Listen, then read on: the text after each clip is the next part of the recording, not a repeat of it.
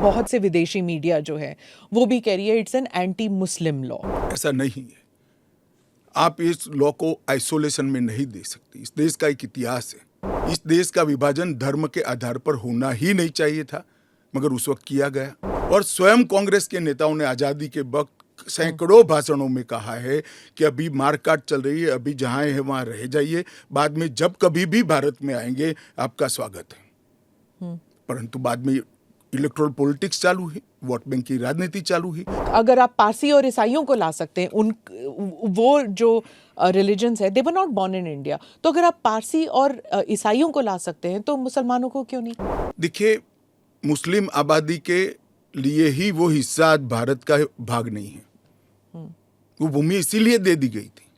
फिर तो हर देश से अव्यवस्था से जो आना चाहिए, इसके लिए भारत के दरवाजे खोल लो। मैं बाकी रिलीजन्स के बारे में बाद में आती हूँ, पहले मुसलमान समुदाय के बारे में बात करते हैं, क्योंकि चाहे ओवैसी साहब हों, चाहे ममता बनर्जी हों, और फिर बहुत से विदेशी मीडिया जो है वो भी कह रही है it's an anti Muslim law, because आप मुसलमानों को नहीं शामिल कर रहे हैं, तो वो क्राइटेरिया ही है कि मुसलमान नहीं होने चाहिए। ऐसा नहीं है। आप इस लॉ को आइसोलेशन में नहीं दे सकते। इस देश का एक इतिहास है। 15 अगस्त 1947 को देश का विभाजन हो गया। देश 3 हिस्सों में बंट गया। वो बैकग्राउंड है। भारतीय जनसंघ, भारतीय जनता पार्टी हमेशा विभाजन का विरोध किया। हम कभी सहमत नहीं थे। इस देश का विभाजन धर्म के आधार पर होना ही नहीं चाहिए था, मगर उस वक्त किया गया। जब धर्म के आधार पर आप विभाजन करते हो और वहाँ जो अल्पसंख्यक है उन लोगों पर ढेर सारे अत्याचार हो, धर्म परिवर्तन कराया जाए, इनकी महिलाओं को अपमानित किया जाए, वो माँ बहन बेटी के लिए वो शरण में आए भारत की, तो क्या उसको यहाँ नागरिकता का अधिकार नहीं है?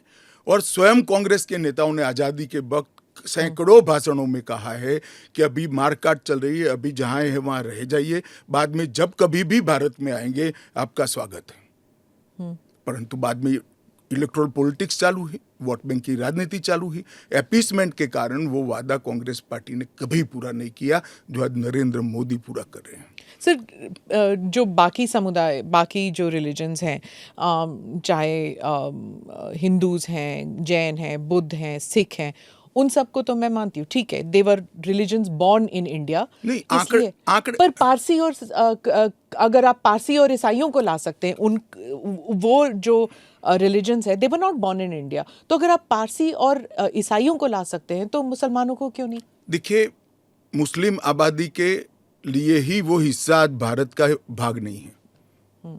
वो भूमि इसीलिए दे दी गई थी। फिर तो हर देश से अव्यवस्था से जो आना चाहिए, इसके लिए भारत के दरवाजे खोल लो। भारत कहां बचता है? अखंड भारत के जो लोग हिस्सा थे और जिन पर धार्मिक प्रताड़ना हुई है, उसको शरण देना मैं मानता हूं हमारी नैतिक जिम्मेदारी है और हमारी कॉन्स्टिट्यूशनल रिस्पॉन्सिबिलिटी। और स्मिता जी, आप आंकड़े की गहराई में जाइए। जब विभाजन हुआ तब पाकिस्तान में 23% हिंदू थे, हिंदू और सिख थे। आज 3.7% बच गए। कहां गए सारे? इतने सारे तो यहां आए नहीं। धर्म परिवर्तन हुआ, अपमानित किया गया, दोयम दर्जे के नागरिक के नाते इनको रखा गया। कहां जाएंगे ये लोग? क्या देश इसका विचार नहीं करेगा? देश की पार्लियामेंट इसका विचार नहीं करेगी? देश की पॉलिटिकल पार्टियों ने इनका विचार नहीं करना चाहिए?